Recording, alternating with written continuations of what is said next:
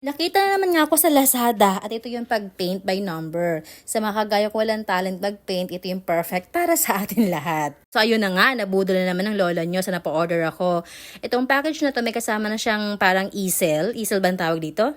Ito yung parang stand na gagamitin natin kung saan nilagyan natin yung canvas kung saan tayo magpipaint. Yun yata yun. So kung bubuksan mo siya, para siyang triangle na made of wood at meron siyang screw where you can adjust, depende sa kung gaano gusto mong adjustment na gagawin. So, pag itinayo mo siyang ganyan, ayan ang itsura niya.